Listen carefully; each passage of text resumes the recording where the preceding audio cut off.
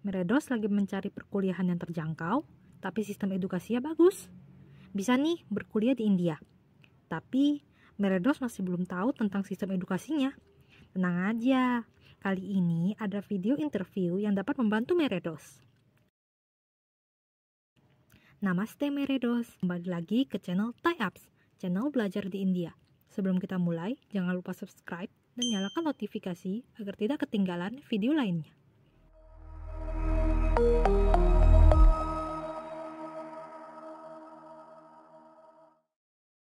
Nah, hari ini Thai Apps kedatangan tamu rektor yang baru saja visit ke India, yaitu Bapak Wendy Usino dari Universitas Budi Luhur. Beliau sudah berkunjung ke banyak perkuliahan di India. Yuk kita dengar tips dan trik perkuliahan dari Pak Wendy Usino. Saya Wendy Usino dari Universitas Budi Luhur Jakarta, Indonesia. Pada tahun 2020 tepatnya, saya ada kesempatan untuk berkunjung ke India, visit beberapa universitas di sana dan mendapatkan kesan yang sangat baik dengan perguruan tinggi yang ada di sekarang. Saya mengajar di S1 dan S2 di Universitas Budi Luhur dan sebagai rektor di Institut Sains dan Bisnis Kuala Luhur di Pangkal Pinang. Pada saat saya berkunjung ke India, pada saat itu saya sebagai rektor dari Universitas Budi Luhur. Kenapa Bapak awalnya ingin pergi ke India? India adalah salah satu negara di mana banyak human resources-nya yang going global gitu ya, khususnya di bidang IT. Nah, karena perguruan tinggi saya, sebuah perguruan tinggi yang berbasis pada IT, saya pikir India sebagai negara yang terdekat yang bisa kita kunjungi dengan biaya yang sangat affordable. Walaupun ada beberapa komen waktu itu yang sangat negatif, misalnya kondisi masyarakat di sana dan sebagainya, tapi kenyataannya pada saat ke sana semuanya baik-baik saja. Bagaimana pandangan Bapak sebelum ke India? Kalau lihat dari movie-nya India kan bagus-bagus ya.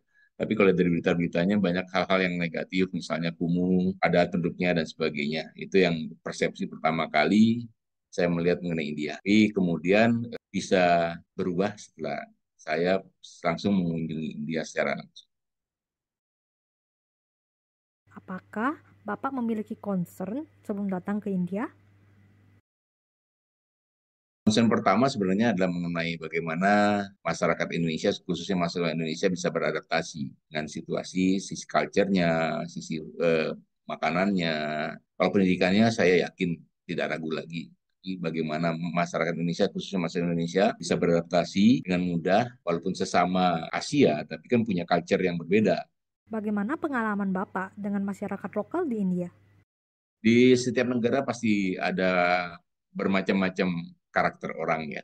Tapi intinya adalah India adalah masyarakat yang sangat helpful, ramah ya. Pada saat saya berkunjung ke sana sangat helpful, sangat terbuka untuk bekerjasama. Jangan mungkin problem sedikit yang dialami oleh masyarakat Indonesia khususnya adalah saat berinteraksi dan berkomunikasi dalam bahasa Inggris. Karena speed dari bagaimana orang India berbicara dalam bahasa Inggris sangatlah cepat. Jadi harus benar-benar fokus untuk mendengarkan atau minta mereka slow down, pelan-pelan sedikit ngomongnya. Nah, kalau misalnya kecepatan dengan aksennya Inggris versi India, bagi kuping orang Indonesia agak kesulitan mencerna apa yang disampaikan oleh penutur bahasa Inggris di India. Jadi itu pengalaman yang saya rasakan karena komunikasi mereka dalam bahasa Inggrisnya dengan aksen Indianya itu merupakan sebuah PR yang cukup cukup lumayan bagi masyarakat Indonesia untuk mencerna, menangkap apa yang disampaikan. Karena cepat sekali cenderungannya dan juga mungkin gesturnya juga kadang-kadang membingungkan bagi orang Indonesia. Geleng-geleng itu iya atau bukan? Itu mengenai culture ya. Tapi setelah kita didik, mereka mulai paham mengenai bagaimana gesture dan culture serta bagaimana menyesuaikan dalam menangkap pembicaraan dari bahasa Inggris dari orang India. Bagaimana pengalaman Bapak dengan alat transportasi di sana? Nyaman-nyaman saja. Tapi untuk mencoba transportasi umum, saya belum pernah. Tapi melihat dari bagaimana kondisi misalnya pada saat macet, misalnya melawan arah dan sebagainya itu ternyata sama dengan Indonesia. Jadi banyak kecenderungan bagi pengemudi melawan arus pada saat macet. Ya. Lalu, bagaimana pengalaman Bapak tentang tempat wisata di sana? Sempat berkunjung ke beberapa tempat dengan dalam hal ini ada temple dan juga tempat wisata yang lainnya. Dan yang pasti tempat belanjanya juga yang menarik. nggak beda jauh dengan Indonesia, bisa menawar dan harganya yang sangat affordable dibandingkan di Jakarta. Di India jauh lebih murah belanja, khususnya misalnya produk garmen dan sebagainya. Kemudian dengan makanan, apakah sesuai dengan selera Bapak?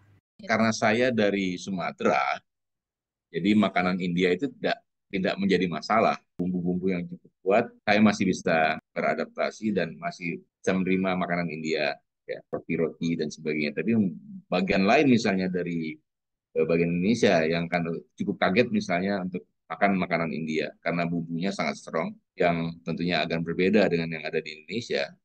Kita harus beradaptasi.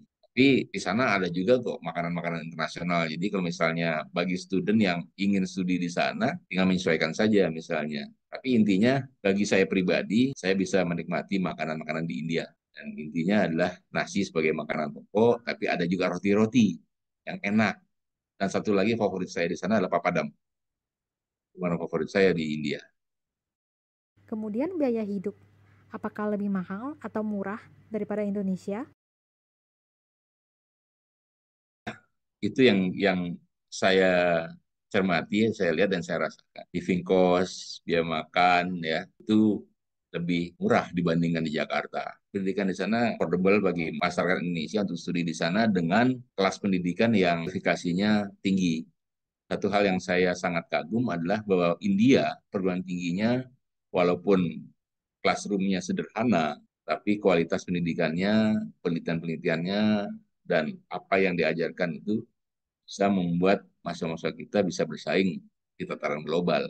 Yang saya pikir sebagai salah satu keunggulan dari India. Kita bisa mempersiapkan diri dengan bahasanya, karena bahasanya itu yang kadang-kadang menjadi satu kendala. Saat kita mendengarkan apa yang disampaikan oleh dosen misalnya dari India dengan bahasa Inggrisnya dan aksen India yang sangat cepat, itu mungkin perlu adaptasi yang mungkin cukup keras ya, supaya kita bisa mendapatkan apa yang disampaikan oleh para dosen pada saat dia menyampaikan sesuatu. Demikian. Lalu bagaimana dengan kebersihan dan keamanan di sana? Dari sisi kebersihan, samalah dengan negara-negara yang ada di Asia ya. Ada yang bagus, ada yang bersih, ada juga beberapa tempat yang kurang. Tapi mayoritas sebagian besar yang saya rasakan, yang saya alami di sana ya bersih. Khususnya kampus-kampus tempat saya berkunjung, mengalami atau merasakan bahwa tempatnya tertata dengan rapi, kampusnya dirancang supaya nyaman bagi mahasiswanya, juga mahasiswa asingnya, dan bahkan makanannya pun untuk beberapa kampus mereka menyediakan untuk makanan di dalam kampus yang terjamin gizinya. Kalau di luaran ya memang itu di luar kontrol kita dan itu tergantung kita memilihnya makanan apa. Bagi yang suka berpetualangan mungkin dia akan mencoba semua makanan yang ada yang belum pernah mereka coba. Tapi bagi yang tidak suka berpetualangan dengan makanan ya banyak makanan-makanan yang bisa dimakan yang menurut selera mereka cocok. Khususnya makanan-makanan yang standarnya internasional. Itu yang saya pikir sebagai tips saya buat orang-orang yang ingin studi di India itu ya itu. Bagaimana kita mengontrol diri, bagaimana kita mengatur untuk memilih makanan yang cocok dengan kita. Karena dimanapun, di negara manapun pasti ada yang kita yang cocok, ada yang tidak. Tergantung dari bagaimana kita bisa dengan cepat menyesuaikan diri. Bagaimana pengalaman Bapak tentang toleransi keagamaan dan beribadah? Terima kasih. Itu yang saya rasakan ya. Jadi pada saat saya di India itu, toleransi beragamanya saya rasakan itu cukup tinggi. Bahkan pada saat kita sedang berada di sana, yang saya pikir mayoritas penduduk India adalah Hindu, ada pada saat azan terdengar kumandang azan. Waktu itu. Jadi artinya apa? Azan dengan menggunakan alat pengeras suara sudah menjadi hal yang biasa di India. Bisa diterima dan saya pikir itu suatu hal yang baik sekali yang saya rasakan pada saat saya berada di sana. Dan itu walaupun kita dari Indonesia sebagai negara Muslim untuk studi di India, untuk beribadah, ternyata banyak warga India yang juga Muslim yang bisa kita misalnya untuk berkomunikasi dan berinteraksi pada saat kita akan melakukan ibadah, misalnya pada saat sholat Jumat di mana dan sebagainya, mereka akan memberitahukan dan itu yang saya rasakan bahwa ternyata di India yang pada saat itu saya berkunjung dengar kumandang azan yang di luar ekspektasi saya. Itu yang saya rasakan secara pribadi. Bagaimana sistem kerja di India? Ada satu hal yang menarik adalah Setiap kita berkunjung ke university, yang mereka lihat kinerjanya adalah berapa persen lulusannya terserap di industri. Itu satu hal yang sangat tepat, yang sangat bagus bagi negara berkembang seperti Indonesia. Kalau kita ingin bersaing dengan negara-negara maju yang mereka mempunyai misalnya rankingan university yang dilihat adalah penelitiannya atau publikasi dan sebagainya, saya rasa itu lebih cocok kalau kita misalnya seperti India.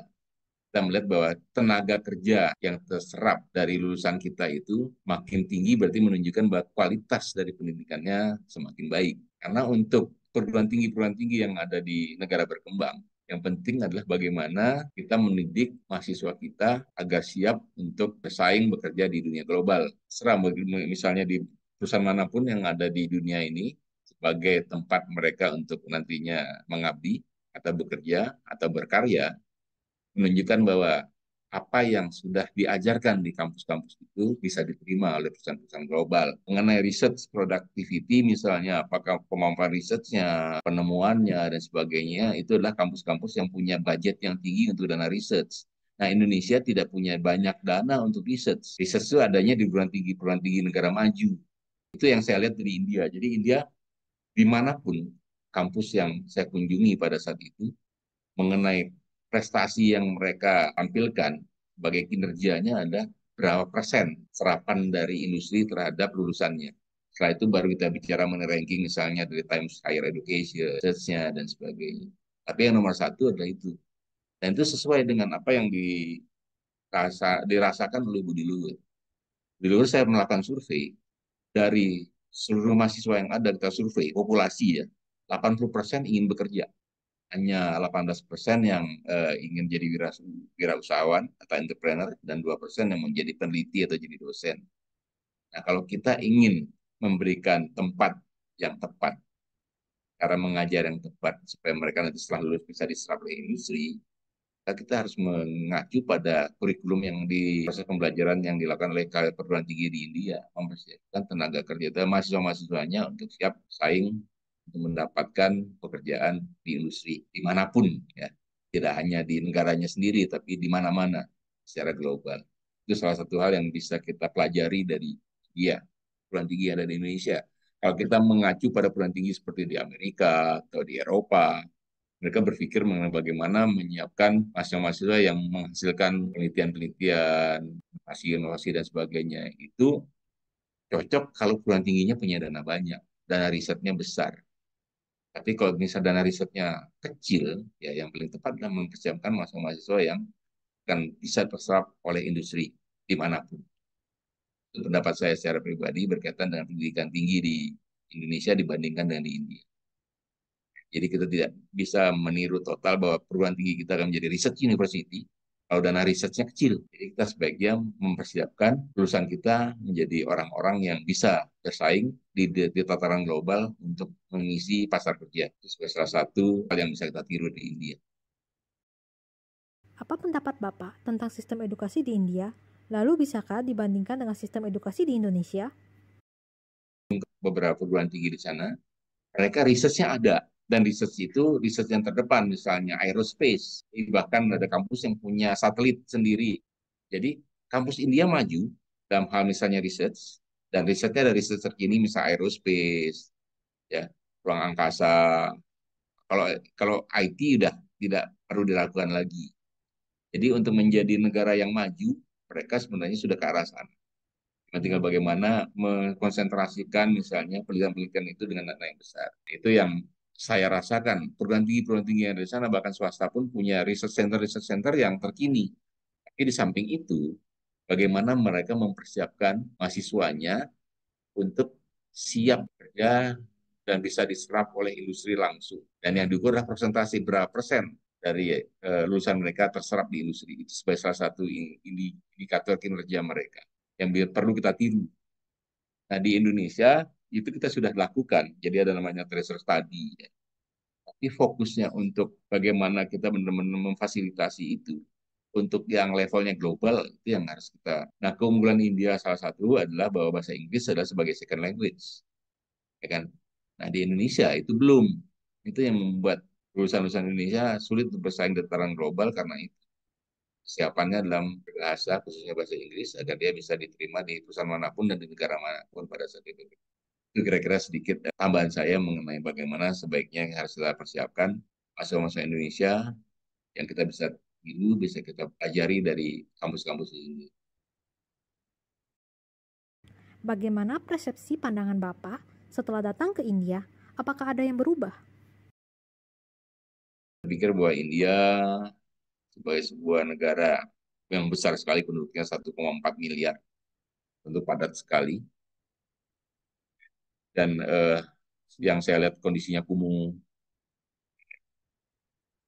Pada saat saya ke sana ternyata ya sama aja dengan Indonesia, ada bagian yang kumuhnya, ada bagian yang bagusnya juga banyak, ya. Bagian yang rapinya juga banyak, masyarakatnya juga sama seperti itu, sama juga dengan Indonesia. Cuma satu hal yang membuat saya terkesan adalah pada saat saya berkunjung ke sebuah industri, di mana dengan bangunan tinggi satu lantai, belasan lantai, semuanya adalah orang-orang IT yang bekerja di situ, di suhu itu. Sebuah sebuah komparasinya dengan misalnya suatu tempat pabrik, ya. Di sini pabrik adalah tempat tenaga buruh, ya. Pabrik kalau di India sana salah satu bangunan semuanya adalah orang IT. Itu yang saya rasakan sebagai sebuah eh, kesan yang sangat positif. Itu sebabnya India maju walaupun dengan jumlah penduduk yang banyak, tapi mereka mempersiapkan fokus kepada industri-industri yang memang mereka akan masuk ke situ menjadi negara maju. Oleh karena itu, kualitas pendidikannya, kualitas dosennya, dan sebagainya juga sudah mereka persiapkan dengan baik dan dengan matang. Itu yang benar-benar bisa kita ikuti, kita tiru. Dan satu lagi yang juga saya rasakan sangat bermanfaat adalah orang India sangatlah adaptif, artinya agile, ya, fleksibel. Misalnya tidak kaku, misalnya pada saat kita bernegosiasi, kita bekerjasama, ada hal-hal yang harus kita minta untuk apa saya di adjust, itu dengan senang hati mereka lakukan. Kalau di Eropa nggak bisa kayak gitu. Saya bilang A sudah A. Kalau di India ya, tidak beda jauh dari Indonesia, karena fleksibel untuk kita bekerja sama. Untuk permintaan-permintaan khusus misalnya, dengan mudah, dengan senang hati akan dilakukan, akan disesuaikan sesuai dengan kesepakatan kita. Itu yang saya rasakan langsung dengan bekerja sama dengan bulan. Menurut Bapak, apakah India memiliki budaya yang sama dengan Indonesia? Untuk Indonesia khususnya, kalau kita berbicara misalnya ingin menuju negara yang bisa bersaing tataran global, kita bisa mengacu dengan mengirim mahasiswa-mahasiswa kita untuk studi di India dengan fighting spiritnya, dengan semangatnya, dan juga tentunya dengan kualitas pendidikannya yang tidak kalah sebenarnya dengan negara maju. Dengan persiapan yang matang, kita bisa mempersiapkan khususnya di Indonesia ini di mahasiswa-mahasiswa IT untuk yang affordable. Misalnya ingin biaya sendiri, kita bisa belajar ke India. Belajar di India dengan kita katakanlah bahwa untuk kualitas untuk IT ya sudah bisa bersaing di tataran global. Kemudian dengan harga buku, apakah mahal atau mungkin lebih murah? Itu satu hal yang saya juga ingin sampaikan, bahwa buku-buku di India, apalagi buku teknologi, itu sangat affordable. Ya dibandingkan dengan buku-buku kita harus beli dari Amerika, dari Eropa. Kualitasnya mungkin kertasnya tidak terlalu bagus, tapi yang penting kan isinya. Dan buku-buku India itu tidak kalah dengan buku-buku yang diterbitkan oleh negara-negara seperti di Amerika dan Eropa. Oleh karena itu yang perlu kita juga sampaikan ke mahasiswa. Beli buku yang diterbitkan oleh India tidak akan kalah dengan yang diterbitkan oleh negara-negara maju dengan harga yang terjangkau, yang bisa kita jangkau untuk kondisi negara berkembang seperti Indonesia. Wah, bermanfaat sekali ya Meredos. Terima kasih Pak Wendy atas interviewnya hari ini. Meredos kira-kira sudah memiliki list untuk berkuliah atau mungkin jalan-jalan di India belum? Kalau sudah, boleh nih di-sharing-sharing di kolom komentar. Kabi nakena pirmilengge.